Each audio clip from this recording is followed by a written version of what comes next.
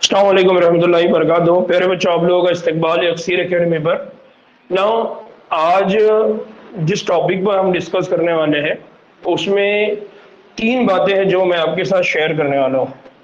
पहली बात जो शेयर करने वाला हूँ मैं वो कि उर्दू मीडियम के तलबा अपनी पढ़ाई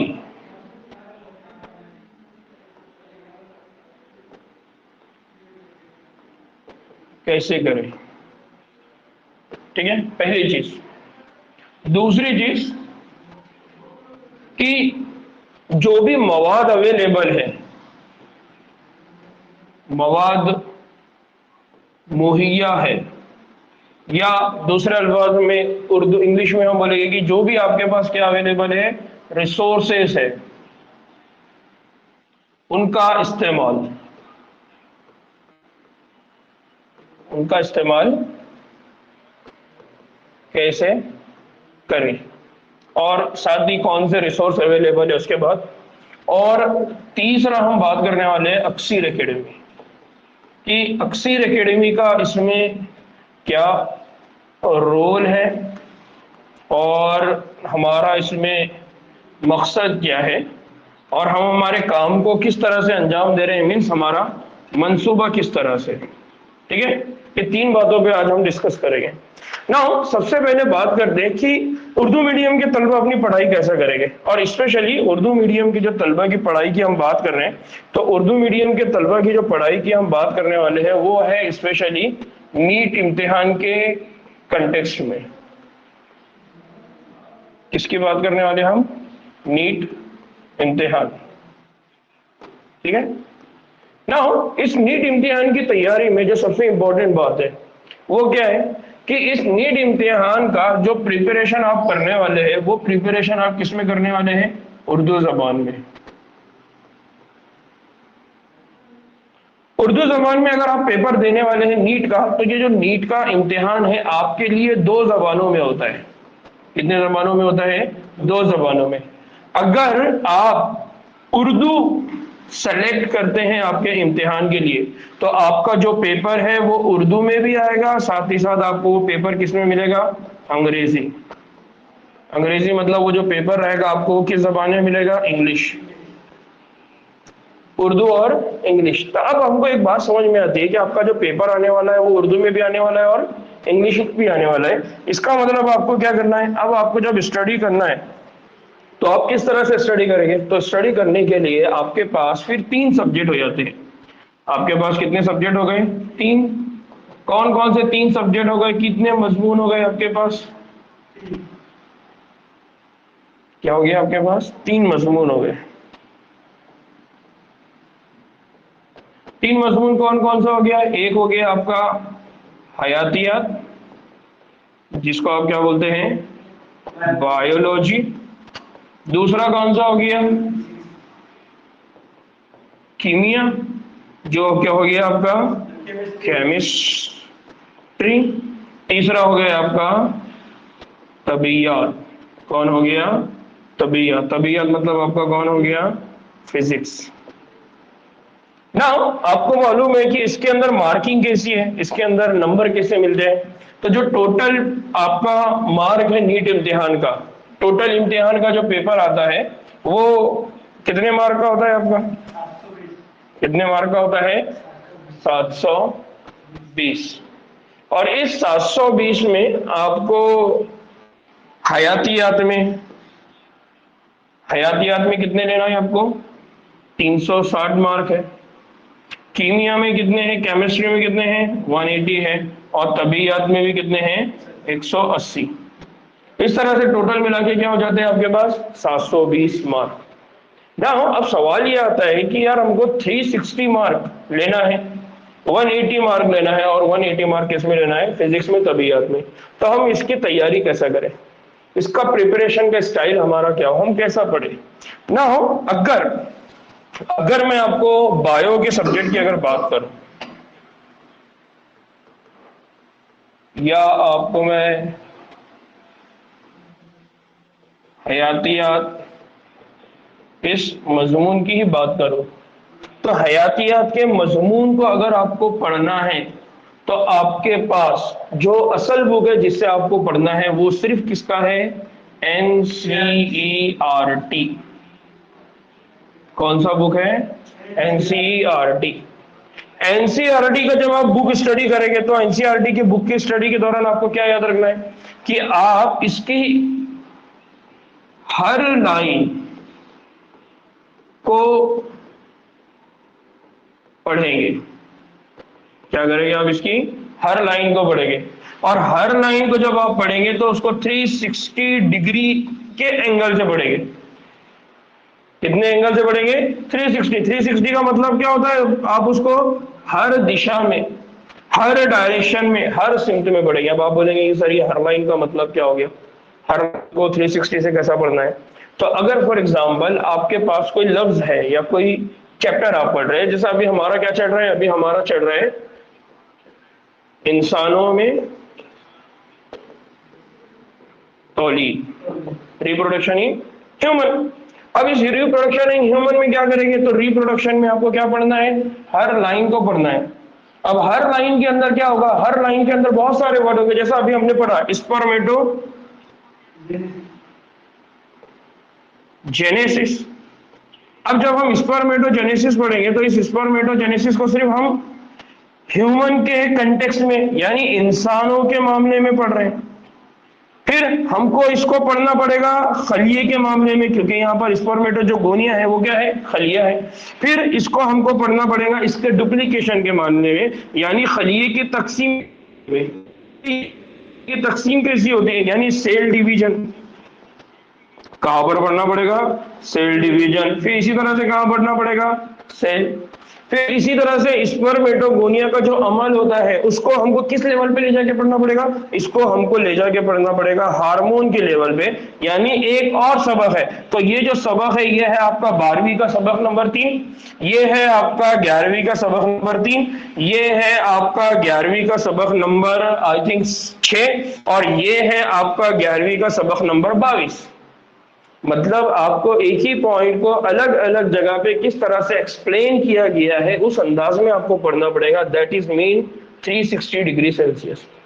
अब आप ये कैसा पढ़ेंगे, खास करके उर्दू मीडियम के तलबा, तो जब हम एनसीईआरटी कंप्लीट पढ़ लेंगे तो आपको खुद ही समझ में आएगा कि हर लाइन का एक लिंक है, वो किसी और जगह पे जुड़ा हुआ है।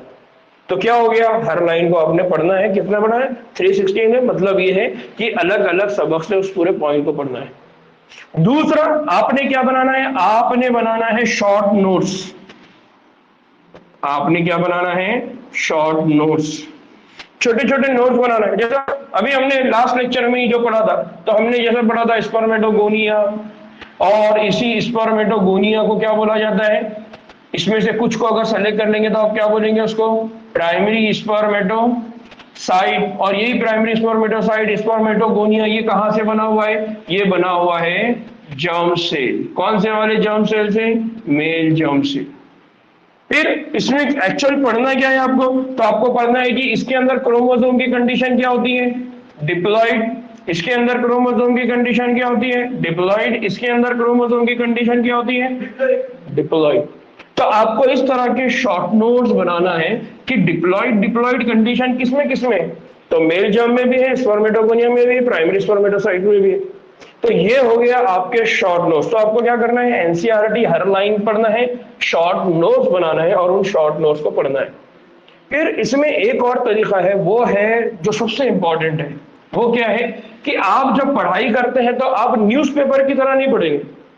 बायोलॉजी को जब आप पढ़ रहे हैं तो आप न्यूज़पेपर की तरह नहीं पढ़ेंगे। आप क्या करेंगे, लिख कर याद करेंगे। क्या करेंगे आप, लिख कर याद करेंगे। जब आप लिखकर याद करते हैं तो क्या होता है, लिखकर याद करने से आपकी दो बातें होती हैं। पहली चीज कि वो जो लफ्ज है वो लफ्ज आपके दिमाग में बैठ जाता है। दूसरा ये होता है कि जब आप उसको आपके हाथ से बार बार लिखते हैं तो धीरे धीरे उसको लेकर आप सोचने लगते हैं। जब आप सोचने लगेंगे तो आप उसको कितनी डायरेक्शन में सोचेंगे, 360, हर डायरेक्शन। हम गलती क्या करते हैं, हम क्या करते हैं, स्पर्मेटोगोनिया को किताब लेते हैं और पढ़ते रहते, लेकिन उसको वैसा पढ़ेंगे तो आपको कभी दिमाग में नहीं बैठेगा। जब आप इन तीनों लाइन को एक बार लिखेंगे आपने, फिर दूसरी बार लिखेंगे, तो हो सकता है कि जर्म सेल आप लिख दे, स्पर्मेटोगोनिया लिख दे, लेकिन प्राइमरी स्पर्मेटोसाइट आपको याद नहीं आ रहा है। फिर आपने तीसरी बार लिखा, तो तीसरी बार में क्या हो जाएगा, आप मेल जर्म सेल लिखे, स्पर्मेटोगोनिया लिखेंगे, फिर आप क्या लिखेंगे, प्राइमरी स्पर्मेटोसाइट। तो हमको क्या करना पड़ेगा, जब भी हमको बायोलॉजी का स्टडी करना है, तो पहली बात कि हमको हर लाइन को पढ़ना है, दूसरी बात हमको क्या बनाना है, शॉर्ट नोट्स बनाना है, और तीसरी बात कि जब भी हम स्टडी करें तो हम क्या करेंगे, उसको लिख कर याद करेंगे। इन सब के बाद जो सबसे इंपॉर्टेंट स्टेप है वो है एआदा। एआदे का मतलब क्या होता है, रिवीजन। अगर आप 12वीं के बायोलॉजी का रिवीजन नहीं करते तो आप बहुत बड़ा नुकसान उठाएंगे। और रिवीजन ये किस लेवल पे होना चाहिए, रिवीजन 4 सतह पे होना चाहिए। कौन कौन सी 4 सतह है, एक रिवीजन है डेली, आज मैंने जो पढ़ाया आप रात में यानी 24 आवर में आप उसको पढ़ेंगे। दूसरा रिवीजन जो होगा आपका वो होगा सेकंड डे। अब आप बोलेंगे सर डेली पढ़ने के बाद डेली का भी एक पढ़ना है और सेकंड डे का भी पढ़ना है। सेकंड डे जब आप पढ़ेंगे तो आपने अगर डेली को आपको अगर 30 मिनट लगाए तो आपको गारंटी देता हूं कि सेकंड डे जब आप रिवीजन करेंगे, याद करेंगे, तो आपको सिर्फ कितने मिनट लगेंगे, 5। कितने मिनट लगेंगे, 5। फिर तीसरा जो रिवीजन आपको करना है वो करना है 15 डेज में। कब करना है, 15 डेज में, 15 दिन के बाद। और उसके बाद चौथा जो रिवीजन रहेगा वो आपका रहेगा 1 मंथ, 1 महीने के बाद। अगर आप एआदे का ये तरीका इस्तेमाल करते हैं तो मैं आपको 100% गारंटी देता हूं कि आपका बायोलॉजी हयातियत थरो हो जाएगा, इतना जबरदस्त हो जाएगा कि ये 5वीं जो स्टेप है, यानी आप जब पढ़ेंगे 6 मंथ्स के बाद भी तो आपको मालूम रहेगा कि आप क्या पढ़ने वाले। क्यों, क्योंकि एग्जाम जो होगा आपका, अगर आज आप पढ़ रहे हैं तो 8 मंथ के बाद आपका एग्जाम होने वाला है। तो इस तरह से क्या हो जाएगा, एक ही पॉइंट है, एक ही पॉइंट को आपने कितनी बार रिवाइज कर दिया, 5 बार। तो हमने अगर ये स्टडी के तरीके को फॉलो किया तो मैं आपको गारंटी देता हूं कि आप बहुत आसानी से बायोलॉजी के अंदर, बहुत आसानी से आप बायोलॉजी के अंदर कितने मार्क लेकर आ सकते हैं, बायोलॉजी के अंदर आप ला सकते हैं 360। कितने मार्क्स ला सकते हैं आप, 360। लेकिन अगर आपने इस तरीके को फॉलो किया तो, समझ में आया, तो आपको चाहे उर्दू में पढ़ रहे हो चाहे इंग्लिश में पढ़ रहे हो, लेकिन उर्दू मीडियम वालों के लिए स्पेशल मेरी गुजारिश है कि अगर आप इस तरीके को इस्तेमाल करेंगे तो इंशाल्लाह बायोलॉजी आपका बहुत जबरदस्त हो जाएगा। ठीक है, इसके अलावा भी कुछ बातें और हैं, इंशाल्लाह मैं और किसी मौके से ये बात रखूंगा। नाउ तीसरी बात कि आपको किसकी स्टडी करना है, अब आपको स्टडी करना है केमिस्ट्री। केमिस्ट्री, इसको भी आपको जो सबसे बड़ा काम करना है वो है केमिस्ट्री के अंदर, क्या है केमिस्ट्री के अंदर, रिएक्शंस। केमिस्ट्री के अंदर जो असल चीज आपको क्या चाहिए, रिएक्शंस। रिएक्शन मतलब क्या होते हैं, तामुलात। कि आपको बेसिक रिएक्शंस आपको मालूम होना चाहिए कि कौन से रिएक्शन के लिए आपको बहुत ज्यादा आसानी से जो बातें मालूम होना चाहिए उसमें है आपका पीरियोडिक टेबल्स। जब तक आपको सारे एलिमेंट्स के नाम याद नहीं होंगे आप किसी भी रिएक्शन के लिए कैपेबल नहीं होगे। आपको क्या करना है, जो केमिस्ट्री है, तो केमिस्ट्री के लिए आपको रिएक्शन, तामुलात और पीरियोडिक टेबल्स वगैरह का ज्यादा से ज्यादा स्टडी करना है। और इसके लिए आपको क्या करना पड़ेगा, इसके लिए आपको वक्त देना पड़ेगा, और वक्त इस अंदाज में देना पड़ेगा कि कौन सी रिएक्शन किस केमिकल की वजह से, किस कंपोनेंट की वजह से, किस एलिमेंट की वजह से किस तरह का प्रोडक्ट देती है। तो यहां पर जब आप इस तरह की स्टडी करेंगे तो मैं आपको गारंटी देता हूं कि आप बहुत अच्छे से स्टडी करेंगे। स्पेशली उर्दू मीडियम के तलबा को मेरी एक और रिक्वेस्ट रहेगी कि आप एनसीईआरटी का रीडिंग करिए। एनसीईआरटी का क्या करिए, रीडिंग करिए, एनसीईआरटी की किताब को पढ़िए। अगर आप एनसीईआरटी की किताब को नहीं पढ़ेंगे तो नतीजा क्या होगा, आप इसके अंदर मौजूद छोटे छोटे कंसेप्ट्स को समझ नहीं पाएंगे। एनसीईआरटी की बुक को आपको पढ़ना पड़ेगा, तभी जाके आपको ये बातें समझ में आएगी।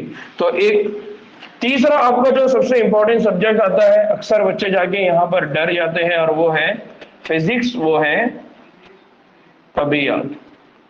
मैंने इसलिए भी बहुत ज्यादा डिटेल में उसके ऊपर बात नहीं किया क्योंकि इसके ऊपर केमिस्ट्री और फिजिक्स के ऊपर बहुत अच्छा आपको केमिस्ट्री और फिजिक्स के टीचर ज्यादा अच्छे से बता सकते हैं। लेकिन जो बेसिक बातें मेरे को मालूम है उसकी बुनियाद पे मैं बात कर रहा हूँ कि आप इसके ऊपर इंपॉर्टेंट वो है फॉर्मूला। वो क्या है? फॉर्मूलाज। वो क्या है? ज़ाब्ते। फिजिक्स अगर आपको पढ़ना है तो उसके लिए जरूरी है आपके पास क्या हो? ज़ाब्तों का जखीरा हो। आपको मालूम हो कि कौन सा वाला स्टेप के बाद कौन सा स्टेप आएगा, और उस स्टेप को हल करने के लिए आप कौन सा वाला ज़ाब्ता इस्तेमाल करेंगे, कौन सा वाला फॉर्मूला आप इस्तेमाल करेंगे। फिर जैसे मैंने केमिस्ट्री में आपसे गुजारिश करा, अगेन मेरी गुजारिश स्पेशली उर्दू मीडियम के तलबा से है कि आप इसके लिए भी क्या करेंगे? NCERT का बुक, उसका क्या करेंगे? उस किताब की क्या करेंगे? रीडिंग करेंगे। उस किताब को आप क्या करेंगे? पढ़ेंगे। अगर आप ये काम करते हैं तो मैं आपको इस बात की गारंटी देता हूं कि आप बायो में 360 मार्क, केमिस्ट्री में 180 मार्क और फिजिक्स में 180 मार्क में से बहुत अच्छे मार्क ले सकते हैं। फिर एक और चीज याद रखिए कि अक्सर क्या होता है, हमारा गोल डिसाइड नहीं होता। क्या गोल डिसाइड नहीं होता? कि 360 में से कितने लेना है, 180 में से कितने लेना है, 180 में से कितने लेना है। आमतौर पे हमारा जब भी कट ऑफ जाता है तो कट ऑफ का एक लेवल है 500। क्या है? 500। तो हमारा मिनिमम गोल ये होना चाहिए कि बायो में से हम कितने लेंगे? 300। केमिस्ट्री में से हम कितने लेंगे? 100। फिजिक्स में से हम कितने लेंगे? 100। ये हमारा हमेशा विजन रहना चाहिए। हमेशा हमारा तय रहना चाहिए कि हमको 720 में से कितने लेना है? 500। ज्यादा अच्छा ये है कि आपका पूरा विजन ये हो कि मेरे को आउट ऑफ 720 आउट ऑफ कितना लेना है? 720। लेकिन हम हमारे रिसोर्स को देके, हम हमारी सलाहियत को देके, हम हमारी समझ को देके, हम हमारी पहुंच को देके, हम हमारी हकीकत को जाने, और हकीकत को जानते हुए डिसाइड करें कि मैं कितने मार्क बायो में ले सकता हूं, मैं कितने मार्क केमिस्ट्री में ले सकता हूं, मैं कितने मार्क फिजिक्स में लेता हूं, और मैं कितना आगे जा सकता हूं। तब जाकर क्या होगा? रियलिस्टिक अप्रोच होगा। हकीकी तौर पर आप आपका गोल डिसाइड करेंगे। ठीक है। तो पहली चीज कि मैंने जो बातें आपको बताया, क्या बातें बताया कि मैंने बात की शुरुआत कहां से किया था कि मैं बताऊंगा कि उर्दू मीडियम के तलबा अपनी पढ़ाई कैसा करेंगे।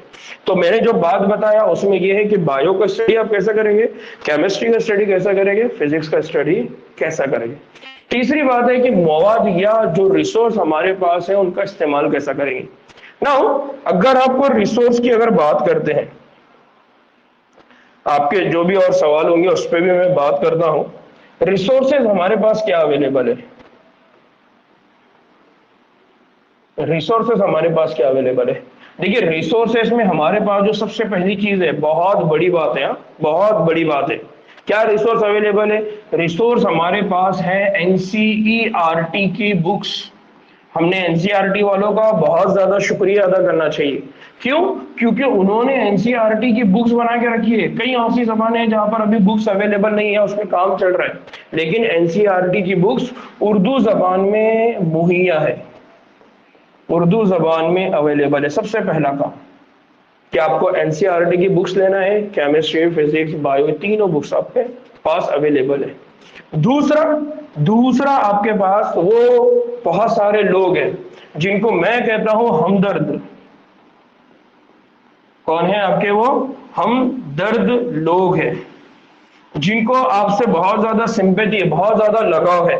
उन्होंने क्या किया हुआ है? उन्होंने आपके लिए बहुत सारी बुक्स का क्या किया हुआ है? उनका ट्रांसलेशन किया हुआ है। उन्होंने उनका क्या किया हुआ है? तर्जुमा करके उन्होंने उसको बुक को मार्केट में लॉन्च किया हुआ है। हम उस मवाद का इस्तेमाल करें। बायो का अवेलेबल है, केमिस्ट्री का अवेलेबल है, फिजिक्स का अवेलेबल है। लेकिन इसमें एक चीज जो याद रखना है, उसमें उन रिसोर्स को खरीदते वक्त जो सबसे इंपॉर्टेंट याद रखना है कि वो जो भी बुक्स हो वो सारी की सारी बुक्स किसके अकॉर्डिंग हो? NCERT की। अब आप कैसे पहचानेंगे कि वो जो भी हमदर्द लोगों ने आपके लिए बुक बनाए हुए वो NCERT बुक के अकॉर्डिंग है? तो आप आपके कंसर्न टीचर से पूछिए।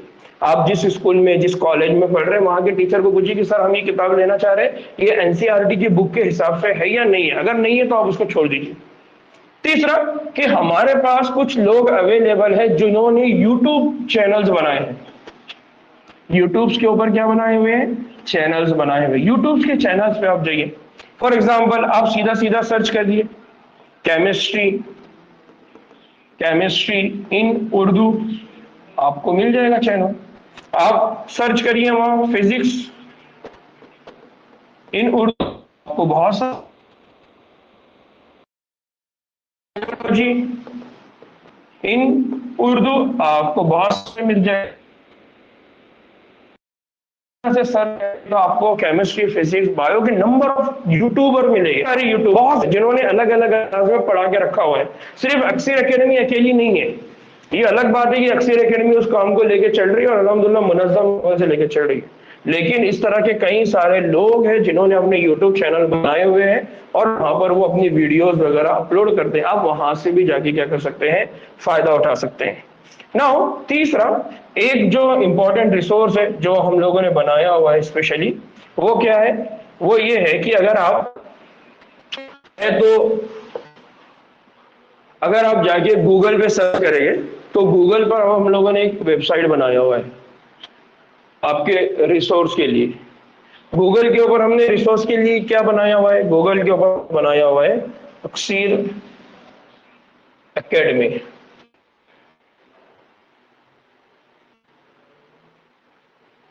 क्या है? अक्सर एकेडमी। अगर आप यहां जाएंगे, अक्सर एकेडमी का पूरा वेबसाइट है अक्सरacademy.com। अगर आप इस वेबसाइट पे जाएंगे तो इस वेबसाइट के ऊपर आपको बहुत सारी चीजें मिलेगी।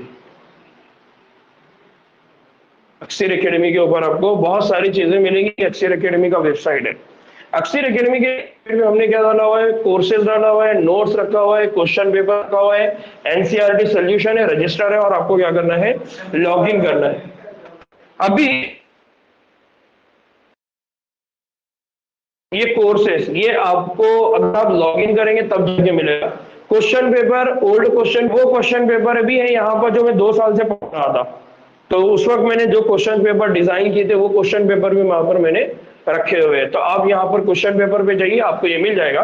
साथ ही साथ अगर किसी को उर्दू में बुक्स चाहिए, नहीं मिल रही है, तो हमने यहाँ पर एनसीईआरटी सॉल्यूशंस के अंदर उनको ऐड किया हुआ है। यानी क्लास 11 का उर्दू, क्लास 12 का उर्दू, फिर इसी तरह से 11 का इंग्लिश और 12 का क्या है? इंग्लिश है। अगर आप चाहे तो आप इस वेबसाइट पे डायरेक्ट जाकर भी उन चीजों को क्या कर सकते हैं?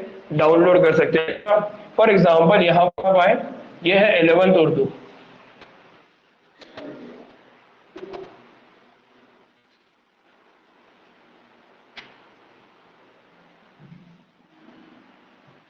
ट्वेल्थ उर्दू।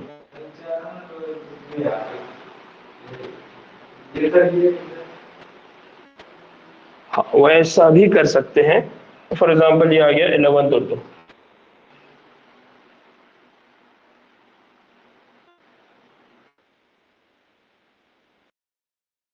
चले गए तो आपको पूरे मजमून हयातियात के पूरे सबक यहाँ पर अवेलेबल है। आप इनको डाउनलोड जेरॉक्स करिए और अपनी एक बुक बनाइए।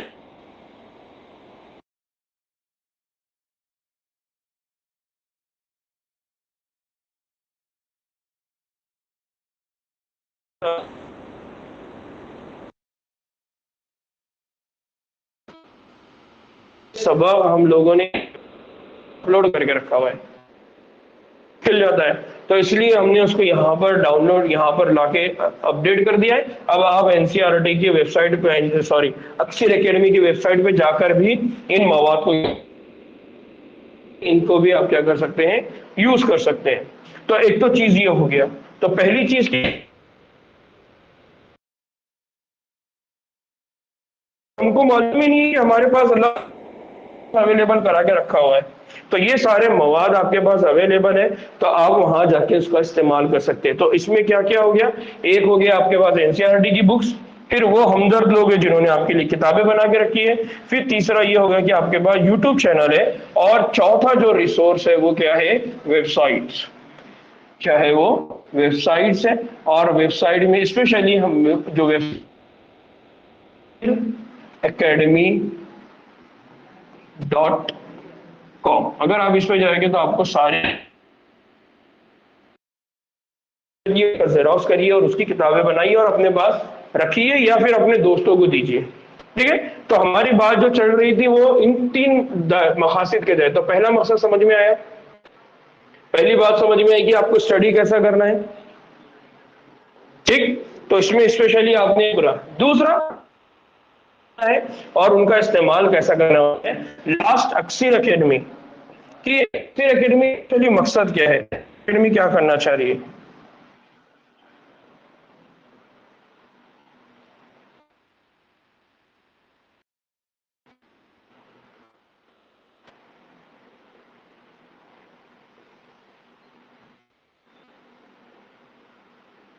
नाउ हमारे अगर मकासद एकेडमी की अगर बात करते हैं तो अक्सर एकेडमी की जो तलबा है वो कोई भी जबान का हो, उर्दू हो, इंग्लिश, मराठी, किसी भी कास्ट का हो, जरूरी नहीं कि वो का हो, हर तालिब इल्म को हमको क्या करना है, बनाना है, काबिल बनाना है, उसको हमको क्या करना है, सलाहियतमंद बनाना है। क्या बनाना है, सलाहियतमंद बनाना है। यानी हम उसको मछली पकड़ने का फन सिखाएंगे, मछली पकड़ के नहीं देंगे, मछली पकड़ने का फन उसको सिखाएंगे। जो मेन मकसद है कि फील्ड में उसको सलाहियतमंद बनाना। अब इसके लिए हम क्या कर रहे हैं, तो देखिए हमने जब शुरुआत हुई थी तो हमारी जो शुरुआत हुई थी वो एक यूट्यूब चैनल से हुई थी। किससे हुई थी, एक यूट्यूब चैनल से हुई थी और आपको मालूम उसका नाम एक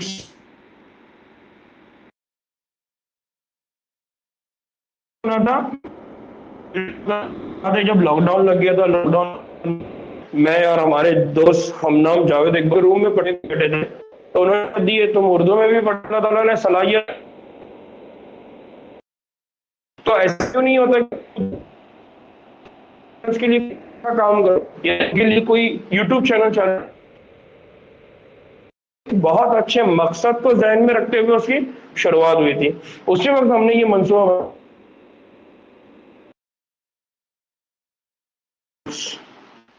क्या लेंगे हम लोग, क्रैश, और फिर वहां से हमने उसके बाद में हमको ये समझ में आया कि यार ये क्रैश कोर्स से बढ़कर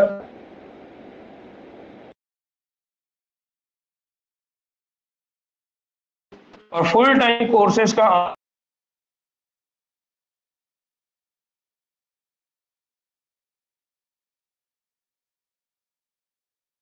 हमारा इस पूरे प्रोसेस के अंदर जो तलबा है, तो सारे ही तलबा है, लेकिन स्पेशली हमने जिन तलबा को फोकस करना है वो है आज इकराम, उलमा इकराम, फिर वो इसमें दोनों भी हो सकते हैं, हुफाज इकराम, उलमा इकराम के अंदर, या फिर वो सारे जो मदारस के तलबा है। ताकि तो ये होगा कि आजकल जो नए नए मसाइल हमारे पास जनरेट हो जाए, प्रॉब्लम ये है कि भाई टेस्ट ट्यूब बेबी है। अब वो टेस्ट ट्यूब किसी आलिम से अगर राय लेना है तो हमको पहले तो उसको ये बताना पड़ता है कि टेस्ट ट्यूब बेबी है। आलिम को अगर ये बात खुद ही मालूम रहेगी कि टेस्ट ट्यूब बेबी होता कैसा है तो वो उसके मामले में गाइड करेगा। हमारे पास हाइब्रिड फीड आ रहे नए नए मार्केट में, अभी उसके अंदर जो डीएनए, आरएनए, अलग अलग चीजों को इस्तेमाल किया जा रहा है। तो अब ये इस तरह के कई सारे मसाइल है जो हमारे पास आगे आने वाले हैं और बच्चों को करना है, बच्चों को पढ़ाना है। तो ये सारे हमारे, तो हमारा जो मेन टारगेट है वो हमारे उलमा इकराम, हमारे हुफ्फाज इकराम है, जिनको हम साथ में लेकर बहुत अच्छे से आगे लेकर जा सकते हैं, जहां पर वो बेहतरीन किस्म के क्या बन सकते हैं, डॉक्टर्स। क्या बन सकते हैं, बेहतरीन किस्म के डॉक्टर्स। ये डॉक्टर्स बनेंगे तो उम्मीद ये है कि ये बहुत अच्छा सोसाइटी को क्या करेंगे, सर्व करेंगे, क्योंकि इनको मालूम है, इनके जहन में एक मकसद है कि यार ये जो काम है ये दर्जा है कि आप क्या परेशानियों को क्या करे, दूर करे। तो इस तरह सद है और यह छोटे सुबह 2023 और 2024 को टारगेट में लेके हम लोग काम कर रहे हैं। इसके अलावा अगर आप लोग पूछ सकते हैं।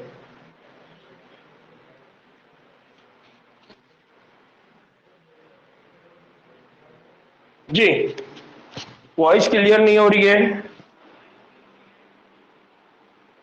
इसके अलावा कोई और डाउट है, कुछ और पूछना है, कुछ और समझना है?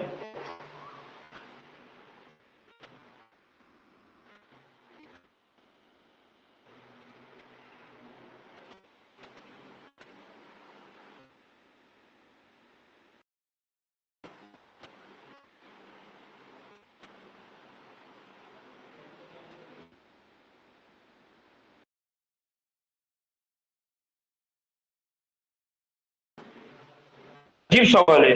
कौन सा सवाल?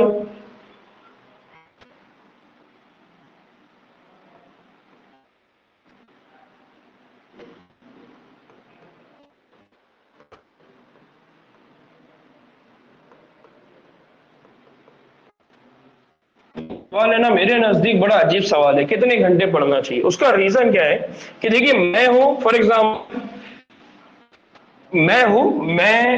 एग्जाम्पल, मैं ऐसे स्कूल से पढ़ा हुआ हूं जहां पर बहुत ज्यादा मेयारी आते थे। ठीक है। कोई और बच्चा है वो ऐसे हुआ है जहां फॉर एग्जाम्पल कोई एक मजमून का टीचर उसके पास क्या था, अब्सेंट था, या कोई एक मजमून का टीचर था, किसी वजह से वो टीचर वहां पर अवेलेबल। बच्चा है वो ऐसे स्कूल में पढ़ा हुआ है जहां पर कोई भी फैसिलिटी या वहां पर किसी तरह का रिसोर्स, वहां पर किसी तरह का स्वाद अवेलेबल नहीं था। अब मेरे को ये बताइए कि ये तीनों बच्चे जब पढ़ाई करेंगे तो इनका पढ़ने का जो तरीका होगा घंटे के हिसाब से कैसा होगा? एक जैसा होगा, अलग अलग होगा? पढ़ने का तरीका एक जैसा होगा, पढ़ने का तरीका अलग अलग होगा? नॉर्मल बात है कि यार तीनों एक अलग अलग कंडीशन से गुजरे हुए हैं, इसलिए तीनों के लिए पढ़ने के लिए जो घंटे लगेंगे, जो वक्त लगेगा, वो अलग अलग रहा होगा। इसकी जो स्टडी हुई होंगी वो बचपन से ही बहुत अच्छी हुई होंगी, इसलिए हो सकता है कि ये 1 घंटे में भी पढ़ लें। हो सकता है कि इसकी स्टडी इसके कंपैरिजन में बहुत अच्छी तो ना होगी, एक ही मजमून का प्रॉब्लम है, बाकी के मजमून बहुत अच्छे हैं, तो ये 2 घंटे में पढ़ ले। ये बच्चा क्या करेगा जिसके पास तो कोई भी मवाद वगैरह अवेलेबल नहीं है, तो इसके लिए क्वेश्चन ये आ जाएगी कितने घंटे पढ़े? 3 घंटे पढ़े। इससे बताने का मकसद क्या है कि ये जो मसला है, ये जो सवाल है, इस सवाल का जवाब आपके माजी में कि आपके पढ़ाई कैसी हुई। अगर आपकी पढ़ाई बहुत मेयारी स्कूल से हुई तो मैं बोलता हूँ कि 1 घंटा 2 घंटा पढ़ लो, क्योंकि आपको बाकी सारी चीजें आती हैं। बाकी का जो वक्त है आप दूसरी सलाहियतें बनाने में डालो, इंग्लिश अच्छी सीखो, कंप्यूटर के कोर्सेज सीखो, वगैरह वगैरह में डालो। लेकिन अगर आपको मालूम है कि मेरी बुनियाद बहुत अच्छी नहीं है, तो फिर आप उस बुनियाद को बनाने में अपना वक्त डालो। फिर जो नीट के स्टूडेंट होते हैं उनसे मेरी गुजारिश रही रहती है कि आपकी जो शुरुआत है, आपकी शुरुआत आप 3 घंटों से करो। कितने घंटों से करो? 3 घंटों से, और धीरे धीरे धीरे धीरे इसको बढ़ाते जाओ। अब ये 3 घंटों से बोलने का मकसद मेरा उन लोगों के लिए रहता है जो शुरुआत कर रहे हैं। लेकिन एक बच्चा जो ऑलरेडी 2 साल से पढ़ रहा है, तो मैं उसको ये नहीं बोलूंगा कि 3 घंटे बैठो। वो आप उसको क्योंकि ऑलरेडी स्टडी करने की आदत है, वो 4 5 6 घंटे भी बैठ सकता है। सिर्फ बताना ये है कि आप आपके माजी को याद रखते हुए डिसाइड करो कि मेरे को कितना ज्यादा क्या करना पड़ेगा, स्टडी करना पड़ेगा, तब जाके मैं अपने आप को उस एग्जाम के काबिल बना सकूंगा। फिर आप क्या करिए, आप जो सबसे इंपॉर्टेंट काम है वो करिए। वो सबसे इंपॉर्टेंट क्या है? मंसूबा। हर दिन का एक मंसूबा बनाइए, हर दिन का एक टाइम टेबल बनाइए। टाइम टेबल ये बहुत इंपॉर्टेंट चीज है। अक्सर ये होता है कि क्योंकि हम इसको फॉलो नहीं कर पाते, इसके ऊपर अमल नहीं कर पाते, इसलिए हम टाइम टेबल बनाते ही नहीं। अगर आप कामयाबी का मंसूबा नहीं बना रहे, इसका मतलब नाकामी का मंसूबा बना रहे। कामयाबी का अगर आप मंसूबा नहीं बना रहे, इसका मतलब क्या हो रहा है? नाकामी का मंसूबा आप बना रहे हैं। तो इसलिए याद रखिए, मंसूबा बनाइए कि कल आप उठे, आप बायोलॉजी कब पढ़ेंगे, फिजिक्स कब पढ़ेंगे, केमिस्ट्री कब पढ़ेंगे। बायोलॉजी 1 घंटा पढ़ेंगे, फिजिक्स 1 घंटा पढ़ेंगे, केमिस्ट्री 1 घंटा पढ़ेंगे। क्या पढ़ेंगे? तो आप उसको बुक से रीडिंग करेंगे। आप उसको रीडिंग करने के साथ साथ क्या करेंगे? इस रीडिंग के साथ जो दूसरा काम आप करेंगे वो है एमसीक्यूज, मल्टीपल चॉइस क्वेश्चंस हल करेंगे। अगर आपके पास मल्टीपल चॉइस क्वेश्चन उर्दू में अवेलेबल नहीं है तो कोई प्रॉब्लम नहीं, आप उसको इंग्लिश में हल करिए, इंग्लिश में देखिए, आपको बातें समझ में आ जाएगी, धीरे धीरे आपकी इंग्लिश भी इंप्रूव हो जाएगी। ठीक, अलविदा।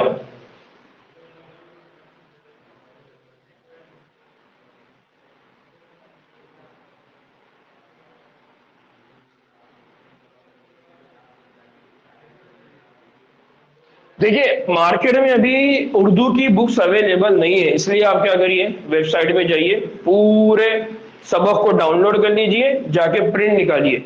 बुक अगर आपकी 258 या 257 की अगर आ रही है तो आपकी पीडीएफ सिर्फ प्रिंट होकर 200 में हो जाएगी, और स्पायरल करेंगे तो शायद 240 रुपए में हो जाएगी। प्रिंट उस जगह से करवाइए जहां पर पैसे कम लगने वाले। अभी आप छोटे से मकाम पर है, किसी गांव में है, खेड़े में, वहां पर 5 रुपए प्रिंट लगेंगे। आप उसको आपकी सिटी में भेजिए, बड़े अब्बा जा रहे हैं, बड़े भाई जा रहे हैं, कोई सिटी जा रहे हैं, उनको बोलिए कि यार ये मेरा छोटा सा काम है, ये कर दीजिए। इस तरह से आप वहां से उनसे प्रिंट मंगवाइए, उसका स्पायरल करके मंगवाइए, आपकी बुक हो गई। ठीक है, जरूरी नहीं है कि बुक खरीदना, और पीडीएफ में पढ़ने के बजाय ज्यादा अच्छा है कि आप उसका हार्ड कॉपी बनाइए। देखिए ये जो हमदर्द वगैरह की किताबें हैं, इस तरह से रहबर की किताबें हैं, और इसी तरह से और भी बहुत सारी पब्लिकेशंस की किताबें हैं। अब ये किताबें अगर आप ढूंढने जाएंगे तो आपको ये किताबें बहुत आसानी से नहीं मिलेगी। तो अब ये किताबें अलग अलग बड़े बड़े शहरों में अवेलेबल है, वहां पर ये आपको किताबें मिल जाए। अपने टीचर से बात करिए, उन टीचर से अगर आप हेल्प लेंगे तो आपको वो खुद ही पता बताएगी।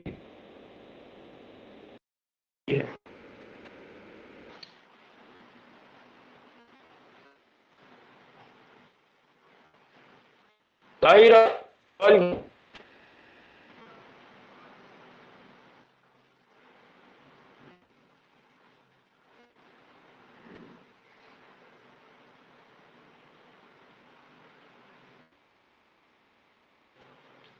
बेटा चैप्टर का जब रिवीजन की बात आ रही है, कैसा करना है? फॉर एग्जांपल जिस महीने में आप पढ़ने वाले, उस महीने के चैप्टर का आपको रिवीजन करना है। जिस महीने का मतलब ये है कि आपने महीने में पढ़ा हुआ है चैप्टर नंबर 3, तो आप चैप्टर नंबर 1 से स्टार्ट नहीं करेंगे, आप उसी चैप्टर नंबर 3 को पढ़ेंगे। हाँ, लेकिन जब आप 6 मंथ्स के बाद रिवीजन करने वाले तो उस वक्त आप पहले से लेकर आखिर तक, समझ में आ रहा है? तो इस तरह से आपको हर मंथ, तो आपको क्या करना है, हर मंथ में आपने जितना पढ़ा है उसको लास्ट मंथ में रिवाइज करना है, बस। तो आपने एक हफ्ते में जो पढ़ा है 15 दिन में उसको रिवाइज करना है। इस तरह से आप क्या करेंगे, रिवीजन करेंगे। तो आप 3 मंथ्स में या 6 मंथ्स में एक प्लान बनाएंगे कि पूरा सिलेबस जो हुआ वो एक बार हम रिवाइज करेंगे। 2 घंटे, सॉरी, 1 दिन 2 दिन इसके लिए लगता है, उससे ज्यादा आपको नहीं लगता। लेकिन होता यह है कि आपको बातें याद रहती है, और रिवाइज हमको एक होता है 2 साल के बाद या 6 महीने के बाद, 8 महीने के बाद, तो हमको वो बातें याद रखना होती है।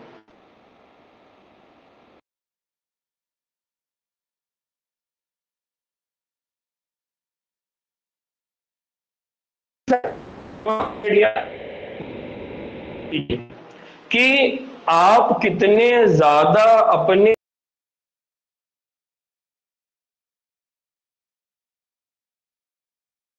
अंदर जुनून होगा तो आप बिल्कुल हासिल करेंगे।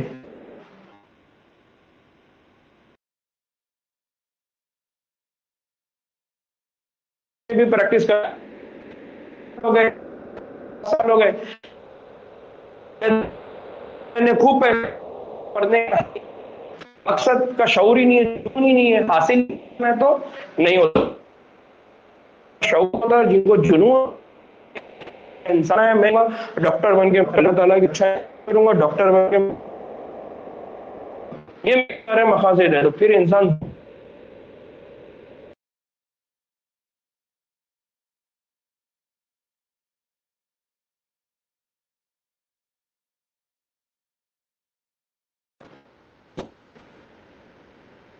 मतलब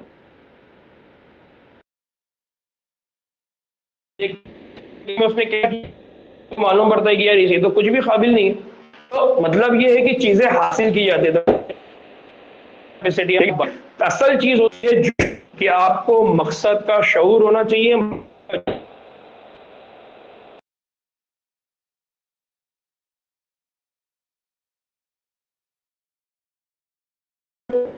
मंजिल पे हो सकता है कि मंजिल पे पहुंचते हुए आपकी गाड़ी बार बार धीरे धीरे जाए, हो सकता